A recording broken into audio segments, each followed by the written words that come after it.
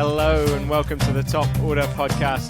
Just Stu and Baldy here tonight on the eve of one of the biggest sporting events on the New Zealand calendar, the Test Series against Australia. There'll be a bit of looking back and a bit of looking forward as we preview this Trans-Tasman clash. And Neil Wagner, the man, the myth, the legend, he's retired. I still can't believe it, Baldy, but I'm ready to charge in off the long run just like he would want us to. We'll have all that and more right after the swish.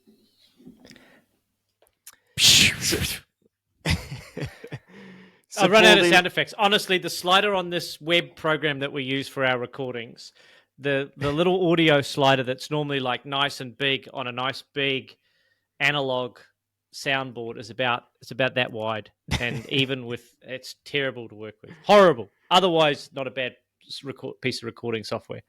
So you get a random swish from me. That's all right. Before we get kicked off the host server after you slated them, we may as well start the show.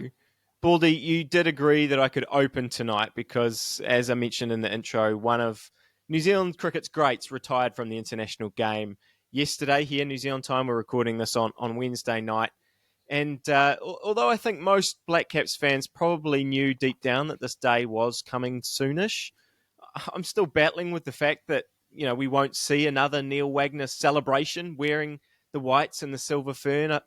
I think all the stats that have been going around, obviously the last few days, 260 test wickets at 27, strike rate of 52, which people are saying is second only to Hadley in terms of strike rate, but I'm sure there must be a category there in terms of number of wickets, because I think Bondi has one in the late 30s or early 40s. But still, look, it's a fantastic record. And I think it's actually even made more remarkable by the fact that the best things about Neil Wagner and the things that we loved as New Zealand cricket fans were everything that doesn't show up on the scorebook. The passion, the energy, the desire, the determination, all of those things that he brought to the team every single time that he stepped onto that field. I just really don't think you could ever find someone who has tried harder and left more of themselves out there than he has over the course of his career. So, look, Baldy, honestly, I could talk uninterrupted for the next 10 minutes about Wagner and what he's kind of meant to New Zealand cricket during really what's been a special time for us as New Zealand fans. But maybe just jump in and give me an Australian perspective on what you've observed over the years. Yeah, It's an interesting one, Stu, because my first and maybe my strongest memory of Neil Wagner was that New Zealand tour to Australia, where New Zealand were beaten comprehensively, and I'm sure we'll discuss that in the next half an hour when we talk about this upcoming Test series here in New Zealand. But Neil Wagner was really the guy that earned himself a lot of respect from Australian cricket fans, just from his attitude and his willingness to take it to the opposition, even when his team were being beaten as they were in those Australian conditions. So to me, that wasn't peak Neil Wagner, because we've seen so many good performances from him outside of Australia. But that was the first series that really came to mind for me when I reflected back on his career. And I just wanted to pick up on something that you mentioned there, Stu, that I know that you're a big Neil Wagner fan, and I know that there are many fans of this podcast that are also Neil Wagner fans. But do you think that in the general cricket fan public in New Zealand, Neil Wagner will go down as a New Zealand cricket great? I mean, he should, but do you think he will? I think so. Yeah, look, I mean, it's interesting because he came into the attack when we had Southee and, he played alongside Southee and Bolt, who, like Wagner's going to go down as the fifth, or currently he has taken the fifth most wickets of all time for New Zealand. So, I mean, that alone, I think, stands him right up there. I think his average is, equal or better than Southee and Bolt. It certainly was at one point. I don't, the last year, 18 months for Neil Wagner, his average probably hasn't been as good as he would have liked it. But yeah, I think so. I think people who actually genuinely follow the game, they will know the contribution that Neil's made, and they'll know that those tough moments when nothing was happening, that's when Neil Wagner, proved his worth for New Zealand. Bowling through 2 fractured toes to help New Zealand beat Pakistan at the Bay Oval with an 11-over marathon spell when nothing was was happening. The huge spell last year at the Basin against England that ended with Jimmy Anderson caught down the leg side with one run to spare. And he's in. Look, he's going to be in all the pictures when that World Test Championship banner and the scenes of them celebrating on the sideline. He's going to be in all of those photos. And look, I don't think you find a New Zealand cricket fan around, certainly at the moment, that doesn't love Neil Wagner and what he's given to this side. So yeah, I think he will be. I try not to throw the word legend out there, too lightly. But I genuinely think, like I said, fifth most wickets of all time for New Zealand in Test cricket. So yeah, I think he deserves that status. I completely agree. I'm glad I teed you up for that, because I completely agree, and I wanted to hear it from you just so it didn't sound like me being a bit of a Neil Wagner homer. But Neil Wagner did the hard work and made things happen. Not just did the hard work. There are lots of bowlers over the years that are prepared to run into the wind, run uphill, bowl, the tough overs. But not only did he bowl the tough overs, but he made things happen for New Zealand when nothing was happening. And in an attack where you had really good skill bowlers in Southee and Bolt that could make things happen when the conditions were conducive to swing or seam or whatever. Neil Wagner, who let's be fair, came into the side with all of that same skill set. Yeah. He was the guy that New Zealand turned to when the chips were down, and he converted everything for New Zealand in that scenario. So yeah, I raise a glass to Neil Wagner, a tremendous career for New Zealand. And, look, it's a career that we should look back on with tremendous fondness, because he's the kind of guy that I think if you were a traditional, stereotypical New Zealander, number 8 wire, she'll be right, dyed in the wool kind of fella or lady, then Neil Wagner's a person that I think you identify with first and foremost in that New Zealand side. Oh, absolutely, yeah. Couldn't agree with that more. Echo all of those sentiments. Great spell from Neil Wagner, and honestly, look, thanks to him for all the memories, great memories that he's given to New Zealand cricket. I do want to set the scene a little bit for this upcoming series and kind of get your thoughts on what's at stake for the two teams and even the fan bases. But I think that the Wagner news probably does segue nicely into some of the squad news that's happening around at the moment. So maybe we do just tick off that first. For New Zealand now, that means no Wagner, which adds to Kyle Jamieson's injury. And so that means that the bowling attack looks to be Southee, Henry, Will O'Rourke, and either Mitchell Santner or Scott Kuggeleijn. And I was reading a little bit. I like to kind of get a sense of, what other people think of, how the series is going to play out. And when I was reading the Cricinfo preview of the series, it called it a formidable New Zealand bowling attack. Does that bowling attack now without Jamieson, we know that we knew Bolt wasn't going to be there, but, even just Wagner on paper, Southee, Henry, O'Rourke, and yes, Santner or Kuggeleijn, does that strike fear into you from an Australian perspective? I think the question that's probably worth asking is, what questions can that attack pose against Australia? And if the answer to that is you've got guys who can swing the ball early in the innings and challenge the inside edge of Steve Smith's bat in particular, he's developed a pretty big front pad of late, even though he'll tell you he's opening the batting averaging 80.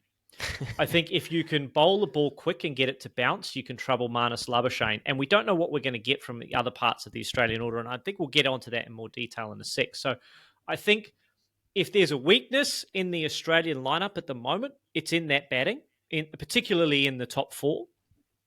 And so if New Zealand are able to challenge Australia in those opening overs, and we've seen some pretty impressive stuff from Will O'Rourke, we know what we're going to get from Southee and Henry. The question mark is who's going to be that fourth bowler and what are they going to give you? Are they going to give you out and out genuine pace and bounce, which I think could be challenging for the top 3 in particular? Or are we going to get control from Mitchell Santner? Those are the big questions. And I'm not sure whether Australia will be having too many sleepless nights thinking about Scott Kuggeleijn or preparing for Scott Kuggeleijn. But I think if he's going to be effective, he's going to have to bowl quick, and he's going to have to bowl with extra bounce at the Basin because that's going to be, a point of difference for the New Zealand attack, and 2, it's going to really challenge those Australian openers at the top edge of their bat, and I think that's where they're going to be caught out.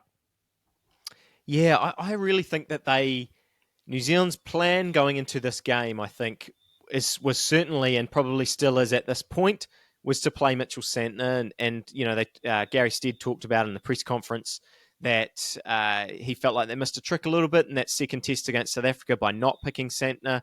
That in hindsight was probably an error. And I think that's the main plan. However, the pitch has been apparently under covers all day today.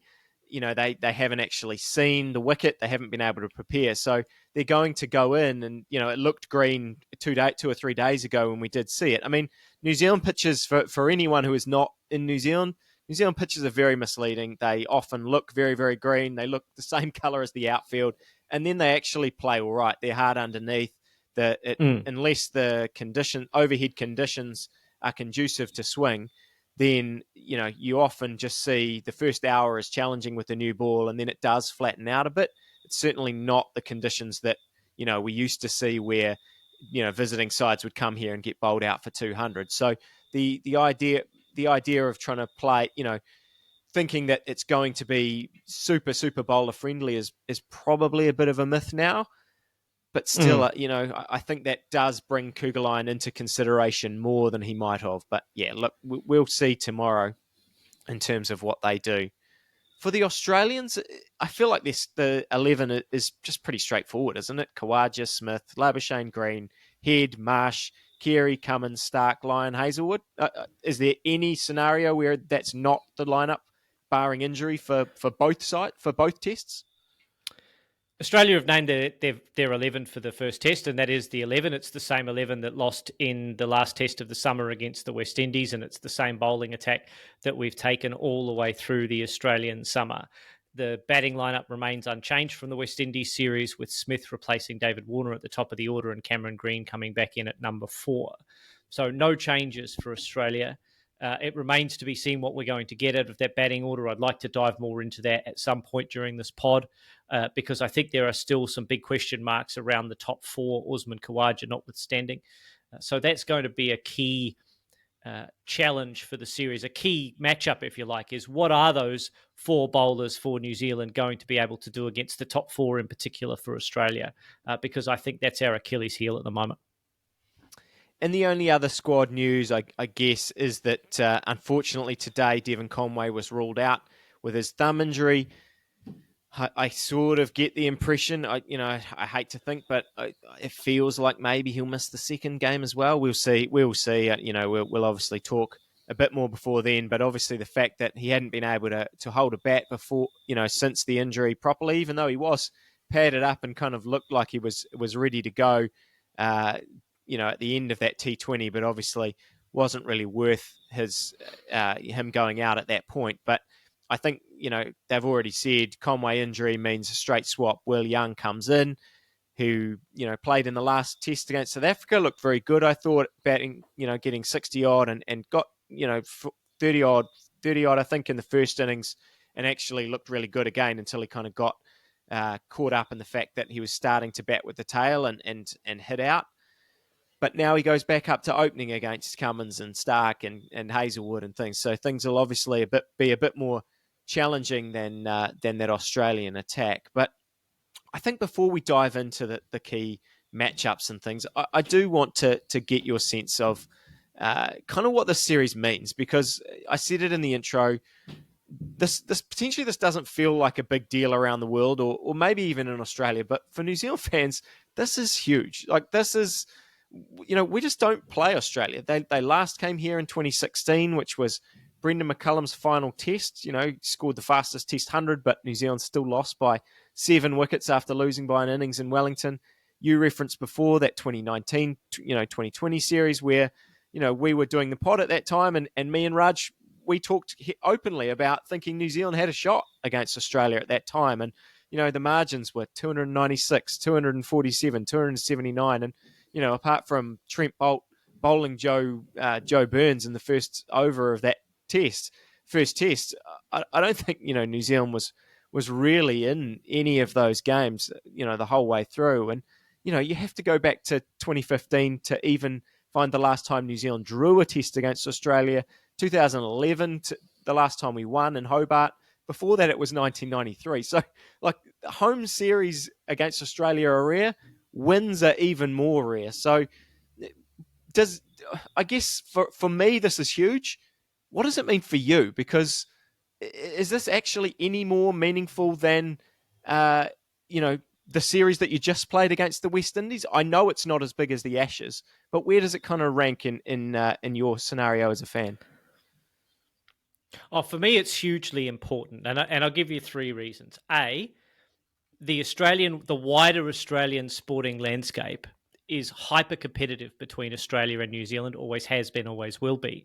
But Australian sporting teams don't enjoy, by and large, a tremendous amount of success against New Zealand, particularly when we turn our attention at this time of year to the winter codes, rugby in particular. It's been a long, long time since Australia has beaten New Zealand at rugby. We certainly haven't beaten them for a long, long time in this country. So for the Australian cricket team to come to New Zealand and perform well and win is hugely important for the Australian sporting psyche. And as we know, the Australian male ego, the Australian male psyche is heavily connected to sport and heavily connected to both those codes, cricket and rugby. So if Australia is not successful against New Zealand at rugby, and we haven't been in the Bledisloe Cup since about 2001, there is an increased import in beating New Zealand at cricket from a macro sporting perspective. Let's turn our attention to the Test Championship. Reason number two. New Zealand are at the top of the Test Championship table at the moment, I believe. Is that right? Australia are third, thereabouts, right? Yep. So there are big points on offer in this series and a chance for Australia to leapfrog New Zealand and take away points from a top three rival, or for New Zealand to extend their lead in the World Test Championship and take away points from a fellow World Test Championship finalist. So those are the World Test Championship permutations that are on offer here. It's a bit like the old 4-point fixture if you're referring to a league game or a union game mid-table when you're both battling for a playoff spot and you're playing each other 6v7 or 7v8. It's the old proverbial 4-point game. This is a 48-point series, if you like, or whatever the series are worth these days. Yeah. They're worth more when you're playing against a team that has final aspirations as New Zealand do. And if we're going to keep up with India, who've just gone ahead 3-1 against England, then one of these teams is going to take some big points away from that. D, at a micro level, there are still some questions being asked over this Australian batting lineup. We saw, and I don't know if you read much of the Murdoch press in Australia, there have been 6 or 7 articles detailing how statistically this has been the worst batting performance by an Australian batting unit in the last 45 years. There's about 7 or 8 articles on the Murdoch press on the xsports.com.au. Choose your words wisely. Baldy, it is a concern. It is a genuine concern. Let's have a look at the stats from the summer. Warner averaged 49. Marsh averaged 54. Warner's now retired. Smith averaged 44, but it wasn't a pleasant 44. They're the only Australian batters to have managed to average 40 in that summer in 5 tests against sides that Australia should have beaten and made lots of runs against at home. Labuschagne only made 226 at an average of 28. Head only made 200 runs at 25 across the summer. Those two guys had a lean summer, and there's some scrutiny on their performance, not their role on the side and whether or not they should be there, but on their performance. And, Alex Carey remains under pressure despite averaging 30 in the Australian summer, because there are expectations that he's a better player than that and should be in, that 35, 36 range from an average perspective. So at the micro level within the team, there are some concerns around that Australian batting. Not many people are talking about the bowling from an Australian point of view, but I think this is going to be an interesting examination for Australia's bowlers, because I think everyone expects Australia's bowlers to rock up in, friendly conditions and do really, really well. My question is, what happens if they don't? What are Pat Cummins' plans B, C, and D? And are they going to be effective? Pat Cummins has tremendous plans A, maybe plan A1, A2. But we saw in that West Indies series, and a little bit against Pakistan as well, particularly against the tail, and I know this has been a weakness we've talked about on this podcast, Australia goes short to the tail early and often and for extended periods of time. Are they going to do that here against New Zealand, and is it going to be effective? I think mileage may vary. I think there are one or two batters in that New Zealand tail that might be susceptible to a bit of short pitch stuff, but there are also batters that can hit you for 20 or 30 runs quite quickly against that mode of bowling and could potentially take a test match away from Australia if it's a low scoring affair. So these are some questions I think Australian fans will be asking of their team. There are high expectations on Australia here in this series against New Zealand for the reasons that you've mentioned. Australia have a good record against New Zealand historically. Small sample size in this country over the last 8 years. Some of those attack bowlers haven't played a test in New Zealand. So this will be a first. This will be a first for them, right? So there are some advantages for New Zealand going into this series, definitely. Now, Australia have played well in the T20s. That form goes out the window as far as I'm concerned. There are some big advantages from a conditions perspective and a knowledge perspective that New Zealand have going into this series, but Australia coming in probably have a better bowling attack on paper, have a good batting lineup on paper, but I think there are some cracks in that batting lineup, and it remains to be seen whether Australia can pull together some consistent performances, because I think they need to go big against New Zealand in the first innings, and really they must be thinking about, depending on the conditions, but they must be thinking about, we want to go big against New Zealand early on in the series and put them under a lot of pressure and start to see if there are any of those scars from previous encounters that start to rear their head. Well, that's been the formula for, recent, as I say, it hasn't been that many recent tests, but, thinking back to that 2019 series, that has been the formula for Australia. Bat first, get a big score, and then New Zealand's kind of just out of it from the outset. You hit on a few of the key matchups that I want to dive into, but just quickly, like the Australian mindset, I'm fascinated because I feel like, I know we've talked about this a little bit already in previous episodes, but this Australia side, I feel like it's proved that it's a quality side. They've won the World Cup in ODIs. They've, not current holder of the T20 World Cup, but they won the previous one. They're the T20, they're the World Test Championship holders at the moment.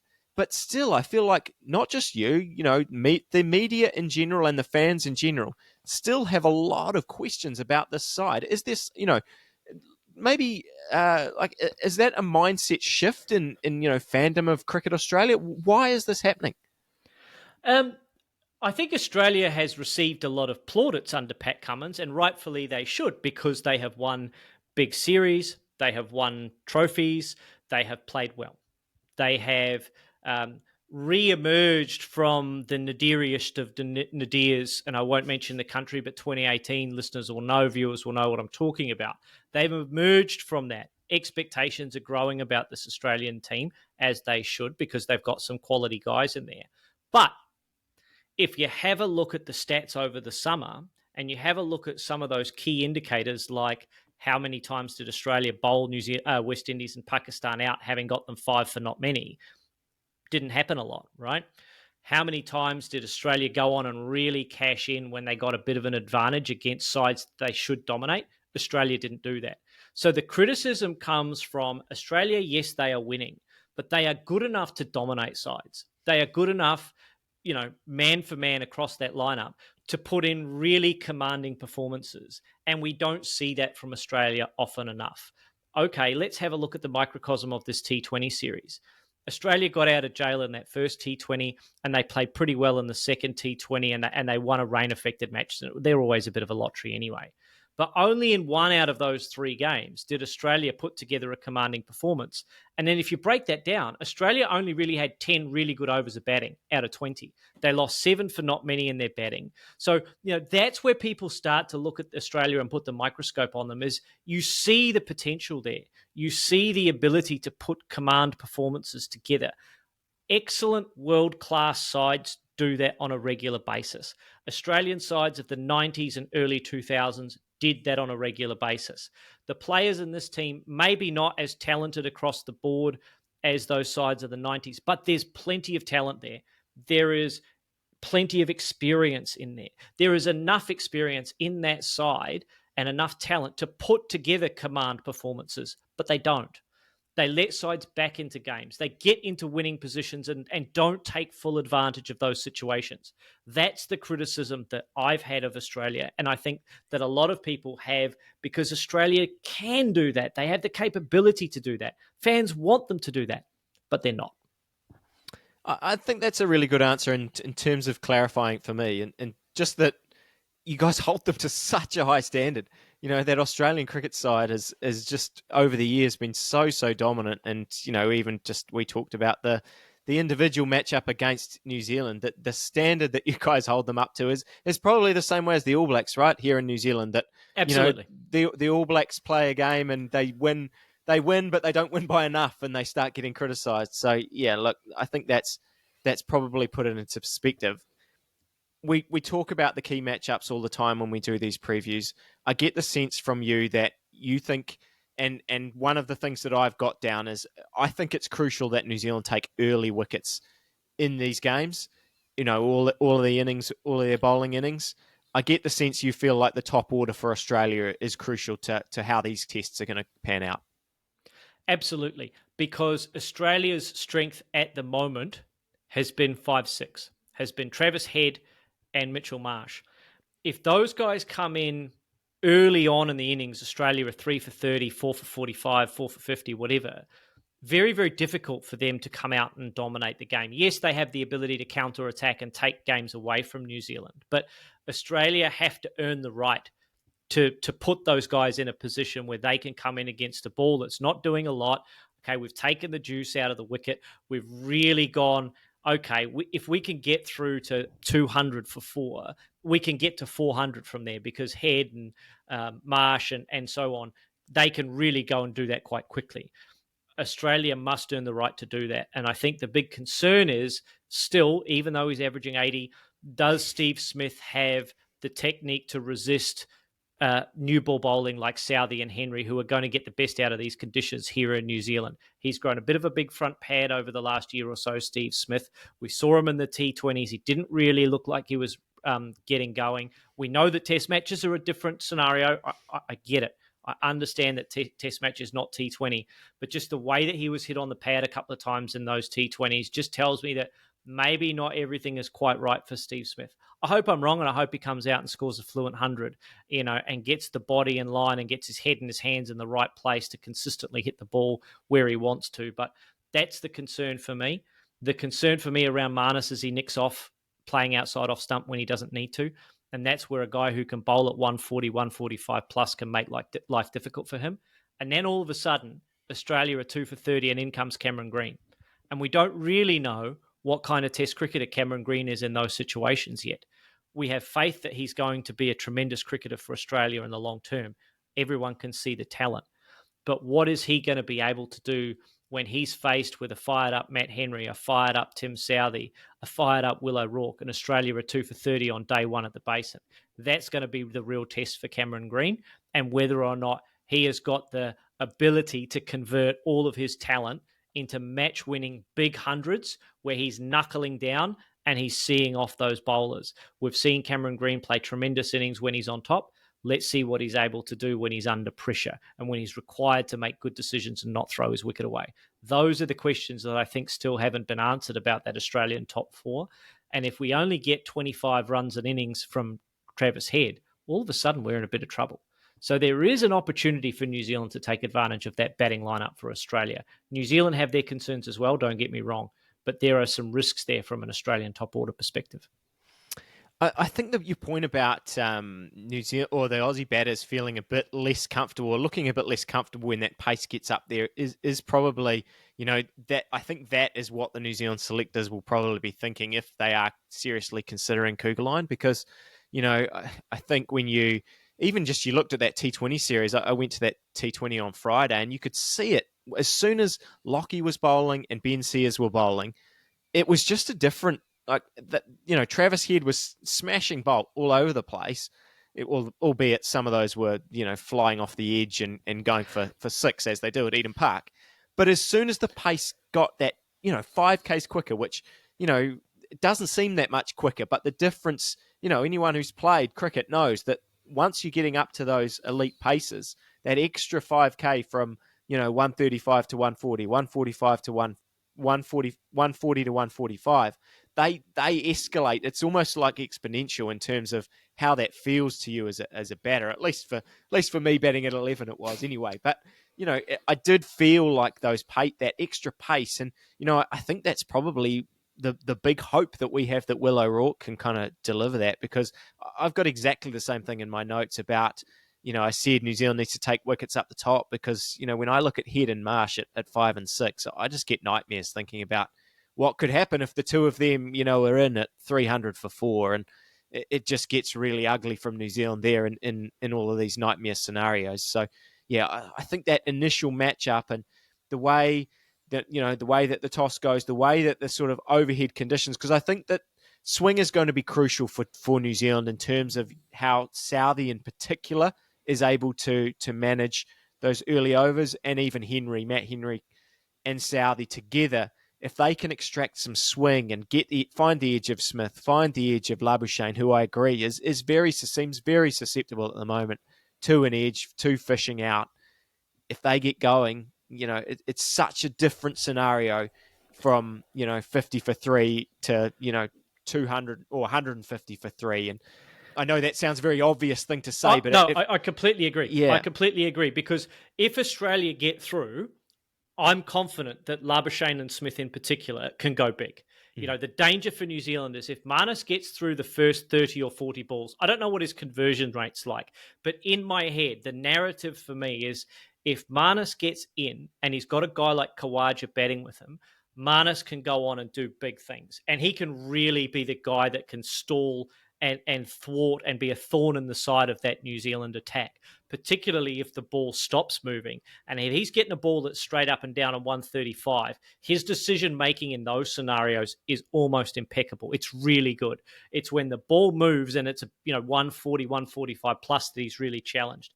You get him in a scenario where the pace starts coming down a little bit and it's straight up and down, and he can bat for 2 days at both of those venues and bat Australia into commanding positions. So that's the danger for New Zealand. If he gets in and he faces 40 or 50 balls, look out, because he'll be there for a long, long time. Let's transition over to New Zealand's batting now. You look up and down that lineup, there's no Conway now going to be in the side.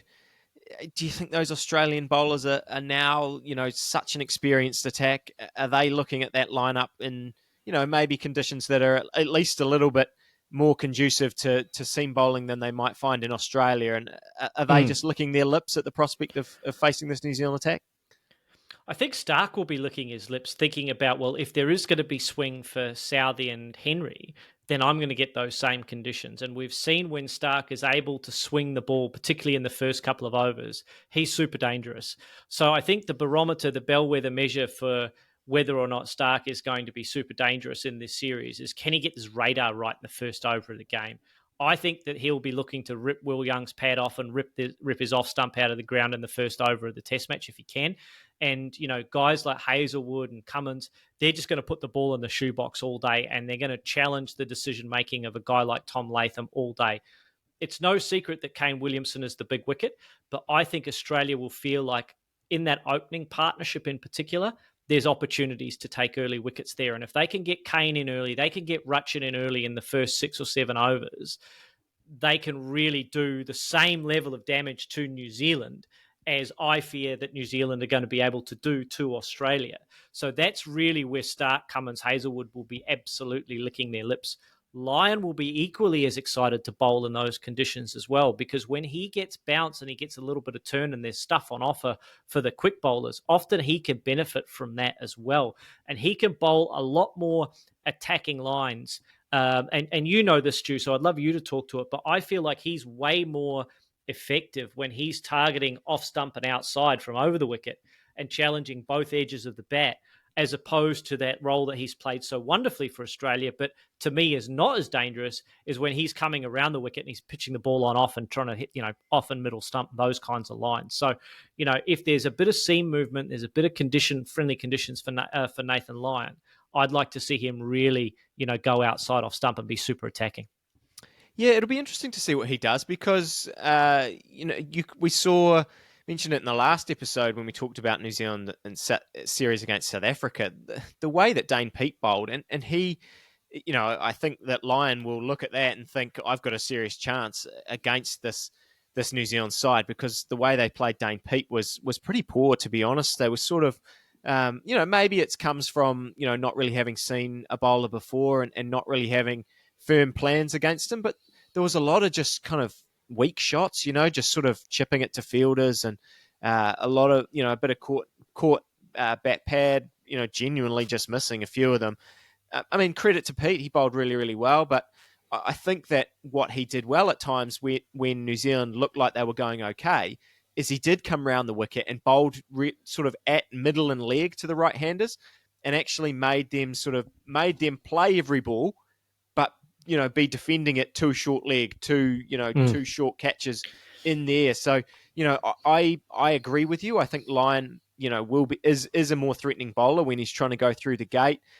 I hope from a New Zealand point of view that we get through those seamers, and it actually comes, there comes points in this test where Nathan Lyon is actually going to have to bowl as a wicket taker. I think, I'm trying to think back to those 2019 games. I think he actually did reasonably well, but generally because he was kind of picking up, he was coming in when damage was already done, and he's a quality bowler. You just look at his record and you see that, and see the way that he is able to bowl well in all sorts of different conditions. He's not, that stands to the fact that he's an automatic selection pretty much for Australia, even at home, even, wherever he goes around the world, they try to find a spot for Nathan Lyon. And I think your point about Williamson, look, it's not an original thought to say that Kane Williamson's going to be important to New Zealand's chances in this series, but I do think it's, it really is hard to see a scenario where New Zealand does well without his runs.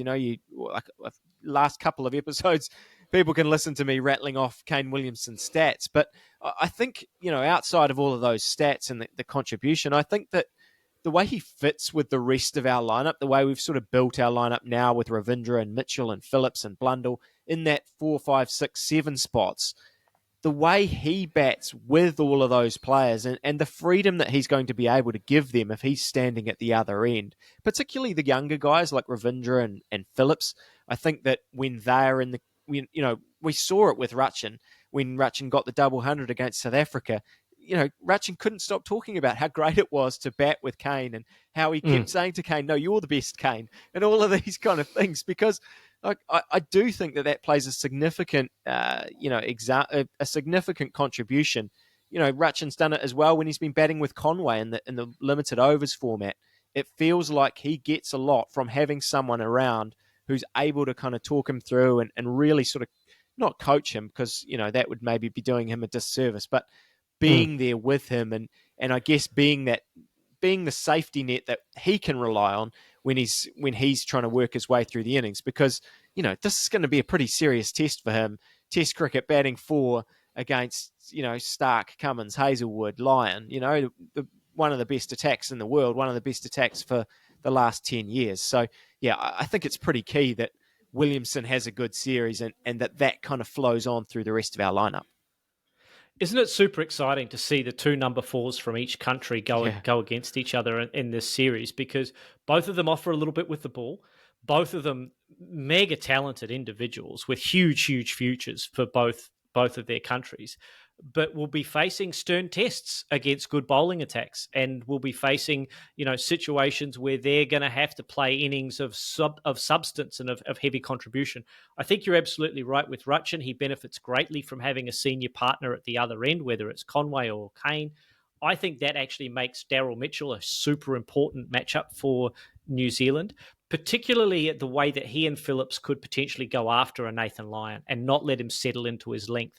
If New Zealand are going to dominate Australia, I think Mitchell and Phillips in particular have to dominate Nathan Lyon. It might be a little bit harder with Rachin, the ball travelling away from the left-hander. Lyon bowls pretty well to lefties, but I think those 2 guys in particular, Mitchell's ability to hit down the ground, Phillips's ability to hit anywhere in that arc, could take Nathan Lyon off of his length. And if New Zealand are going to get on top of Australia at any point in this series, I think it's when Stark is straight or when he's wayward, New Zealand need to absolutely cash in. Latham, whoever it is, Kane absolutely must cash in. Will Young must cash in when Stark gets on his legs or gets wide. And I think as soon as Nathan Lyon comes on, if Daryl Mitchell is at the crease, he goes after Nathan Lyon and tries to hit him out of the tack and make Australia bowl Travis Head, make Australia bowl Cameron Green, make Australia find another option to get through those overs and change Pat Cummins' plan A into plan B, C, and D, and let's see what he gets from there. Baldy, I'm getting excited. I'm getting excited hearing you talk about all of these matchups. Is there anyone else you want to highlight before we make some predictions and leave the show? I think we've mentioned everyone in both sides except for Tom Blundell. So let's just give a shout out to Tom Blundell. Big series for him, though. No, seriously, it's a big series for him because we talked about his legacy on the last pod we did. He is going to be super important for New Zealand's hopes. Everyone's going to need to contribute with the bat. Tom Blundell is no exception to that. And whether or not, you have a look at Tom Blundell's record in 5-10 years' time and say he was a great cricketer for New Zealand or he was a good cricketer for New Zealand, I think a lot of that comes down to how he steps up in this important home series against Australia. Absolutely. Both the Toms, I think, are under a bit of pressure to perform in this series. Give me your predictions. I mean, I know it's hard. I know always these predictions for Australia. You often lean towards the cautious in terms of their side, but we've just talked, about the high expectations and what the Australians expect from their side. What are you thinking in terms of scores and in terms of kind of how the games might play out and who will be the key players? I expect Australia to win 2 close test matches. I expect Australia to be in positions to win the game. I expect New Zealand to do what New Zealand do, drag the game deep, fight hard, put Australia under pressure. But I expect that this bowling lineup in particular should be good enough to beat New Zealand twice in 2 times of asking in the conditions that we're likely to see. Actually, regardless of what the conditions look like, I think Australia's bowling attack should be good enough that they can bowl New Zealand out 4 times and put us in a position to succeed. So I expect Australia to win 2-0. I expect the test matches to be very, very close. I expect Australia to be under pressure a lot, particularly with the bat, but I expect our bowlers to come here and do the business. It's weird, eh? I look at this Australian side and they feel very beatable. I know I just said, they're a side that is the current World Test Championship. They hold all these trophies, but they just lost a test at home to the West Indies, a side who've been struggling for years to get their best team on the park. In 2020, in 2019, 2020, I felt so confident going into that series. But this time, even with the fact that Australia looks so beatable, I'm just finding it really hard to actually see the roadmap to a New Zealand win. I think that's what makes it so challenging. I think that we have flaws with our bowling attack with, I think Will O'Rourke's got a big future for New Zealand. I'm really excited to see how he goes. But those, he's playing his second test and he's going to be facing, a big occasion, a really, really big occasion for him. We've got, we're missing Devon Conway. We're missing Kyle Jamieson. We've got some players with points to prove, and we just don't beat Australia. We just never do. So as much as I don't think New Zealand are 2-0 worse than Australia, the fact that we just don't see drawn tests anymore means probably, unless there's weather around, and look, no one wants to predict weather, ruining a test and making it a draw. I think if the 2 tests go the distance, then probably 2-0 Australia is the most likely result. I 1,000,000% hope I'm wrong. I think anyone listening to this podcast for any length of time will know how committed I am to wanting New Zealand to perform well. But I just think, really trying to dig down on how we win these games. I don't really know. I think our best chance will be to bowl first, to knock Australia off for a 250 in a first innings, and then, try and play from in front for the rest of the test. But yeah, I think it's going to be pretty challenging. And I think as much as as much as a 2-test series doesn't really, shouldn't really have much bearing on legacies and all of that kind of stuff, I do think this is really, really important in a lot of players, in New Zealand's, the way we think about them, the way we think about this side, probably the way we're going to think about Gary Stead even. This 100th test match, or this second test match in the series, the Christchurch test, it's going to be Kane Williamson's 100th test and Tim Southee's 100th test if they both stay fit for that. Like, these are going to be huge occasions with full crowds for both games. Yeah, I think we need to see a big performance, but I just don't know where we get the wins. The thing I think that will make the difference, we had a look at the India-England series, and I jokingly said that whoever gets a double 100 in the test match wins the test match, because that's how the kind of pattern went in the first 3 test matches in that series. For me here in this series, it's whichever side can take 5 for 70 more often. If New Zealand or Australia can take blocks of wickets and prevent partnerships building, particularly if they can go through the middle order pretty cheaply, those, I think, are the sessions, the hours, the half hours of play that will go a long way to deciding the series. Clumps of wickets and or the reverse building partnerships, I think, is the blueprint for both New Zealand and Australia to get on top in this series, because we know that it's going to be a game of swings and roundabouts. The fortunes will reverse multiple times. It'll be like a game of Uno out there. It'll be lots of reverse, lots of skip bow. But I think really it's whichever side can put together partnerships and can show some real grit and mettle to get through tough times will go a long way to winning the series. And, just finally to add to that, I think New Zealand's got to, when they get the bit between their teeth, they have to go at this Australian side. They have to, we just talked about all of the losses and I think New Zealanders, we do have that expectation that, deep down that we will lose to Australia in cricket. It's sort of just always been there. But there are some fresh faces in this side, and guys like Glenn Phillips, guys like Daryl Mitchell, who don't take a backward step. We've just seen someone who definitely doesn't take a backward step in Neil Wagner step away from this side. I think, that it's so crucial that when they get those opportunities, they have to ram home the advantage and really put Australia under pressure, because we saw against the West Indies, when Australia is put under pressure, there is opportunities to beat this side. Baldy, unless you've got anything else to add, I think nothing further, Your Honour. Let's close and let's touch gloves and look forward to another couple of weeks of really ding-dong battle test cricket. I can't wait for the game to start tomorrow. I'll be hiding in a corner with my fingers over my eyes. I'll be forced to sit, and Binksy is going to prop my eyes open with a couple of toothpicks for that duration of that Hagley test to make me watch every ball. But I am genuinely looking forward to this contest. It's going to be so much fun. And yeah, look, we're going to be down there at Hagley for the second test. So if you're going to be around, give us a shout, and we'll definitely be keen to say hello to any listeners while we're down there. But that's us for tonight. Enjoy the test series. Thanks very much for tuning in with us, and we'll see you all again very, very soon.